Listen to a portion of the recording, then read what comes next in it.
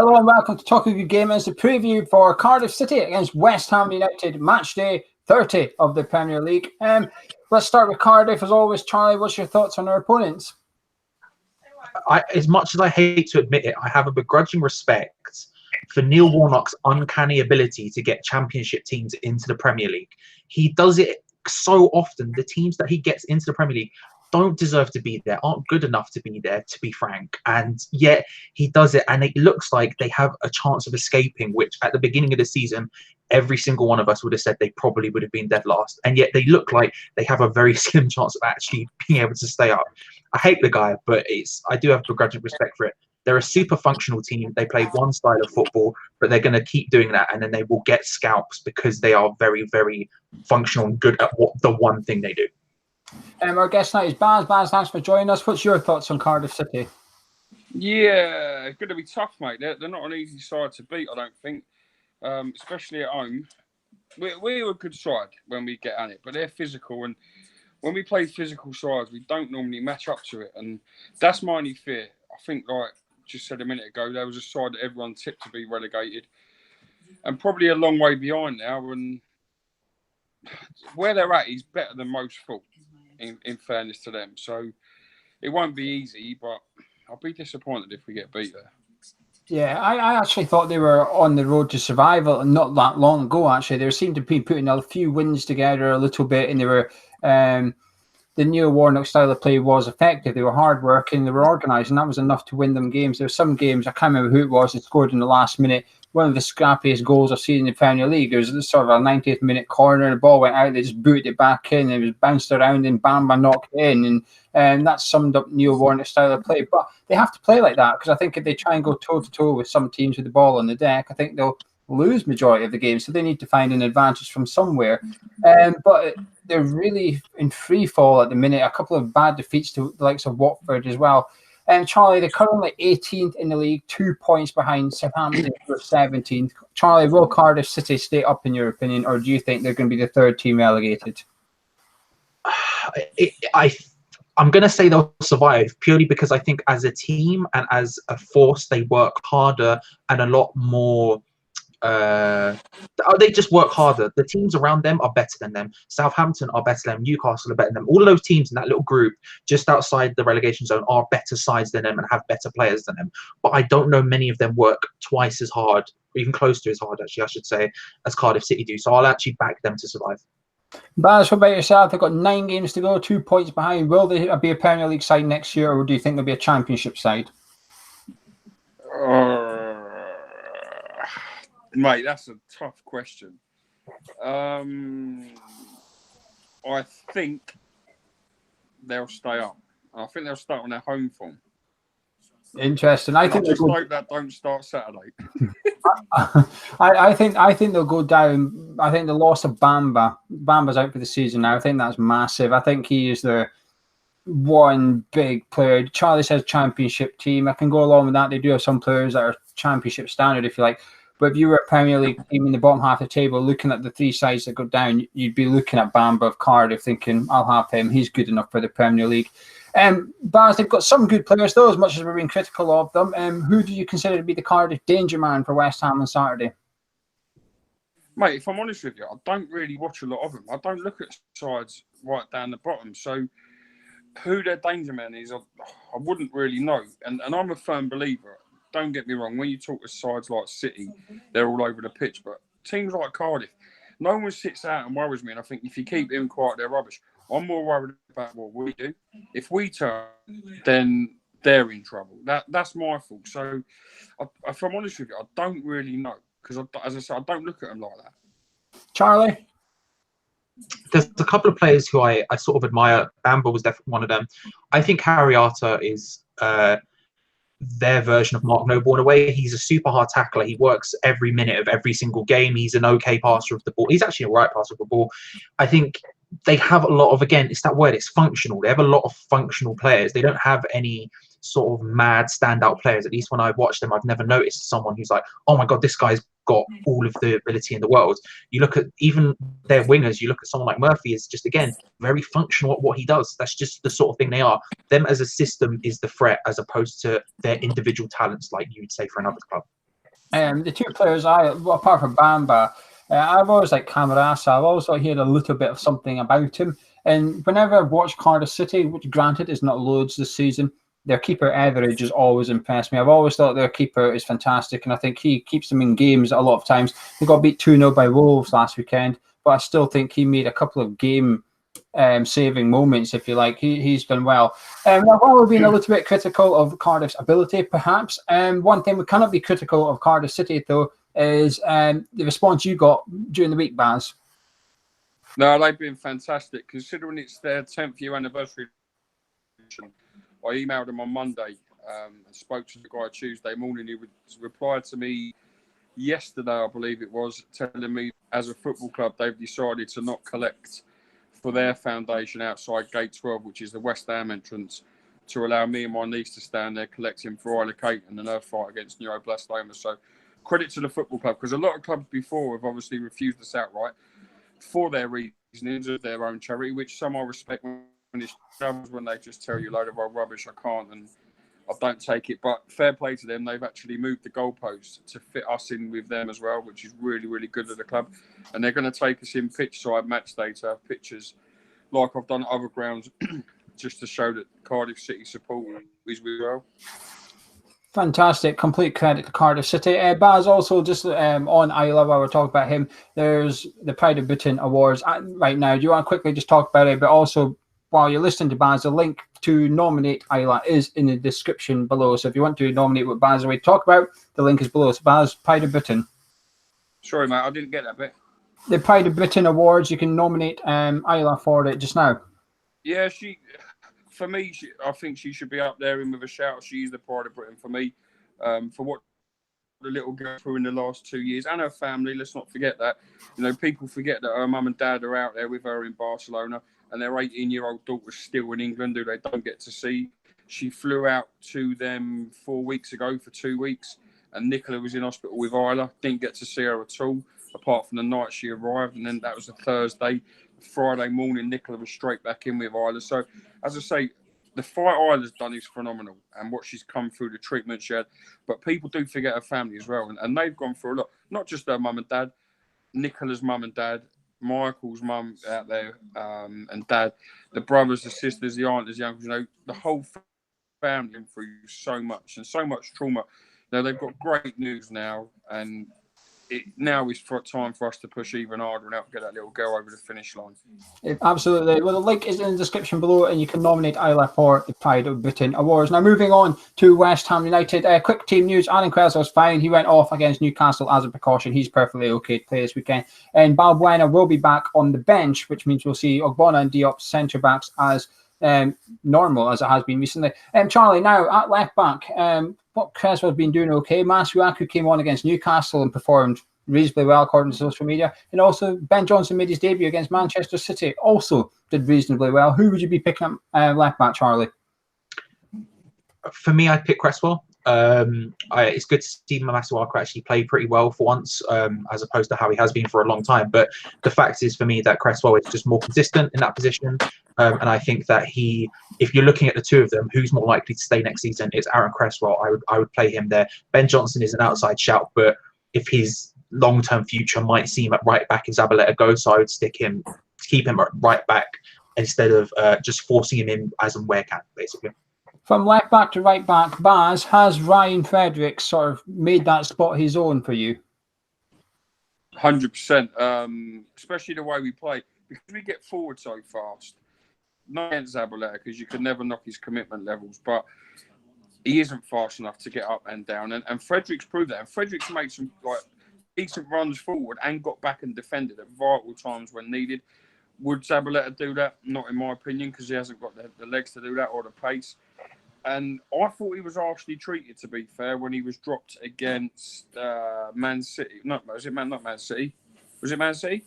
No, what? Who did he get dropped against? Someone at home. Who did he beat 3-1 at home? Fulham. Yeah, he was against Fulham. And I thought he was hard done by in that game, because I thought he'd done well, because he played the 2 games against and Liverpool, where I thought he'd done well, and obviously against Mane in one game and then Zaha in the other. And for me, he's our first choice. The way we play, he has to be, and I think he'll get better and better. And I think, like you just said a minute ago, with the left back, Aaron Cresswell is the best left back at the football club for me. That's nothing against Masuaku, but I don't think. Yeah, well, the one headache Pellegrini might have this weekend is he obviously rested Michail Antonio against Newcastle after his knock against Manchester City, and the side did win with Robert Snodgrass in the team, but Michail Antonio was in probably the form of the season and probably our most on-form player, and when he got dropped, Baz. Never change a winning team, to say, but do you think Antonio deserves to come back into starting 11, and who would he replace, in your opinion? Do you know, it's tough because I think the difference with him and Snodgrass is Antonio is more direct and he'll be more out and out at you, whereas Snodgrass will put work rate in to track back, to close things down. I don't think you'll get that out of Antonio, if I'm honest. So, of course, with Lanzini coming in, for me, Lanzini took Antonio's role in getting forward, being a playmaker, which gave Snodgrass that role of being more of a battler. Would I bring him back in? It's difficult. He deserves to. I don't think he deserves to be dropped, but then we knew this would be the headaches when people like Lanzini were back fit. You know, Nasri's on the bench. Jack Wilshere, if he comes back and all of a sudden a miracle happens and he's fit for a season, there's another top player there who could get into that side quite easy without any injury problems. So I'm a firm believer of don't change your winning side. I am, if I'm honest with you. I know we've done it with Antonio, but no, he would for me. I'd leave it as it was. I thought we played well on all the other night. Charlie, what about yourself? You're Antonio's biggest fan, and so would you continue to leave him out, or do you think he deserves to come back in? Shockingly, I think he deserves to come back in. I agree with what you said the other night about the balance of it, having the sort of creatives in Anderson and Lanzini, and then sort of almost the work rate, the sort of almost battering ram on the other side of Antonio or Snodgrass in that sense. I don't think the technical ability of Snodgrass makes up for the effect that Antonio can have when he's in full form. And given that Cardiff will sit back and will sit deep, having someone who will just run directly at them and cause problems is probably going to be useful in that sense. Despite the fact, like you said, I'm not exactly his biggest fan, I would actually bring him back into this one. And then if it's not working after 45 minutes, there's no harm in bringing on Snodgrass, in bringing on Nasri potentially in that position. Those are the options we have now, and that's the niceness of having actually fit players for once. But I would start Antonio personally. Yeah, you got a right headache with all these good options now, because I think Antonio deserves to come back in. But when you look at the team, you do think, well, who do you drop? Because most of our goals now are coming through set pieces. That means Snodgrass has to start because he's our set piece taker. He's the one creating the chances. So you almost have to leave him in. And dare I say it, I would consider dropping Anderson for this one and putting Antonio back in, because out of all the ones out of form, Anderson is the one out of form. He's the one that's not turned up. Snodgrass has turned up the last game. Antonio turned up the game before that. Well, Anderson hasn't. And you do wonder, maybe, a smack on the bum for Anderson a little bit. Say, well, now Lanzini's back, you don't start by default anymore. You now have to fight for your place, because while Lanzini's been out, Anderson starts every single week regardless, because we need someone that can do something. Lanzini can do that now. We don't need Anderson anymore. So I think I would actually drop Felipe Anderson, believe it or not, and put him on the bench and bring Antonio in and leave Snodgrass in as well. And that would be my three in behind the striker, which is our next talking point, and an interesting one, because Hernandez has been starting up front, but still social media, still people want to see Marko Arnautovic. Charlie, I'll come to yourself for this one. Marko Arnautovic or Javier Hernandez? Hernandez for me. I think he actually works. The last couple of times I've seen him, I think he's worked harder and played better than Arnautovic has. And although I think Arnautovic is overall a better package than him, I think that I would rather start someone who at least... He wants to leave the club because he wasn't starting. He doesn't want to leave the club for the bants of going to China for money. Do you know what I mean? So I would rather start Hernandez than I would Arnautovic. Baz, the Mexican or the Austrian? On the last few performances, Hernandez. And he's reminding me of Hernandez of Mexico at the moment, the way he's playing. Chasing things down. Listen, if you're expecting Hernandez to be winning headers and holding defenders off you, you're thinking of the wrong player, because that ain't his game. But when we do that with Andy Carroll, we're called we're called playing boring football. So it don't make a lot of sense to me. I'd start him. Ability, I don't think you can knock an Arnautovic, but like we said a minute ago, when players playing well, keep on them. And I feel for Hernandez when he gets bought off because he always seems to be the fall guy. And I understand his frustration. I'm not saying he's right. And it was going back with Sacco, the same situation then, The frustration was not playing. And with Hernandez, it's always him, the fall guy. Now, it's difficult when you've got someone like Arnautovic sat on the bench and you West Ham to not change it. But, as I say, I just think Hernandez has done enough to keep his starting place. And I think his performances have been good enough of late. Yeah, I completely agree. I think Hernandez has been playing fine. I see some people saying he's not playing well, and I think I'm watching a different game to them. I don't think Hernandez has been man of match performances, certainly not, but he's doing more than enough, and I think the team's functioning with him up front, etc., and he's bringing others into play with his style of play, etc. And like Charlie said, Arnautovic and one of Snodgrass or Antonio on the bench, plus Nasri, it's not bad options to have off the bench if you need them. Baz, how important is this game for West Ham if we want to get 7th in the league? Massive, Matt. If I don't think we'll get 7th, I think we'll get 8th. If I'm honest with you, I think Wolves have probably got 7th sewn up. But the fact they beat us twice ain't helped us. And Saturday's that game. If you go and lose this, and then you've got others for home. These are two sides. Don't get on. They're fighting for their life, so it'll be tough. It's not going to be go there and you'll get 3 points easy, but if you don't win games like this, you don't deserve to be in the 6th, 7th, 8th position, in my opinion. And that's why I think Wolves will get 7th and deserve it, because they've beaten what's around them. And we've got to beat what's to get as high as possible. Well, we failed it, as I say, against Wolves twice this year, and outplayed him, fairness, in both games. Charlie, are you confident? Yeah, I am actually. I'm confident that we'll at least turn up and I'll be happy with the performance. Like I said, I agree with Baz. I do think it is going to be a difficult and a hard-fought game. I think Cardiff will make almost every game a difficult and hard-fought game because that's the way they play and that's the way they've set up and that's what they're good at.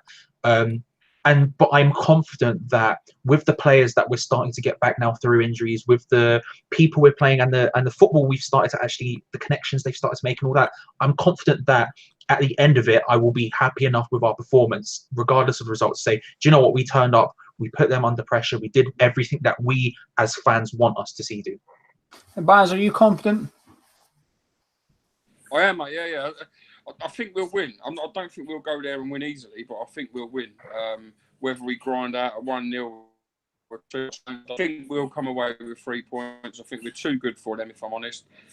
But it will be a battle. I just hope that we turn up. As I say, at games when we get bullied, I think at the minute we've got enough about us, and we just have good performances. I got beat by Man City. To go there and only lose 1-0 on a penalty. Although they had 80% possession, they've still got to score goals, and they didn't. We defended well, the keeper's good, and we've got that on our side now. And before we go, credit to Ogbonna, because when he was brought in the side, everyone really got a bit worried and slagged him off. And I think he's done really, really well the last 4 games maybe. Yeah, I think this is going to be a tough game. Neil Warnock's going to be saying to his players, you have 9 cup finals left. If you want to be in the Premier League next season, you've got 9 games to do it because it's no longer in their hands. It's in Southampton's hands, if you like. And we've still got to play them as well. Watford went there a couple of games ago and won 3-1. Baz mentioned Wolves in the hunt for 7. Watford are 4 points ahead of us as well. So we want to, Watford are going to go to places like this and win.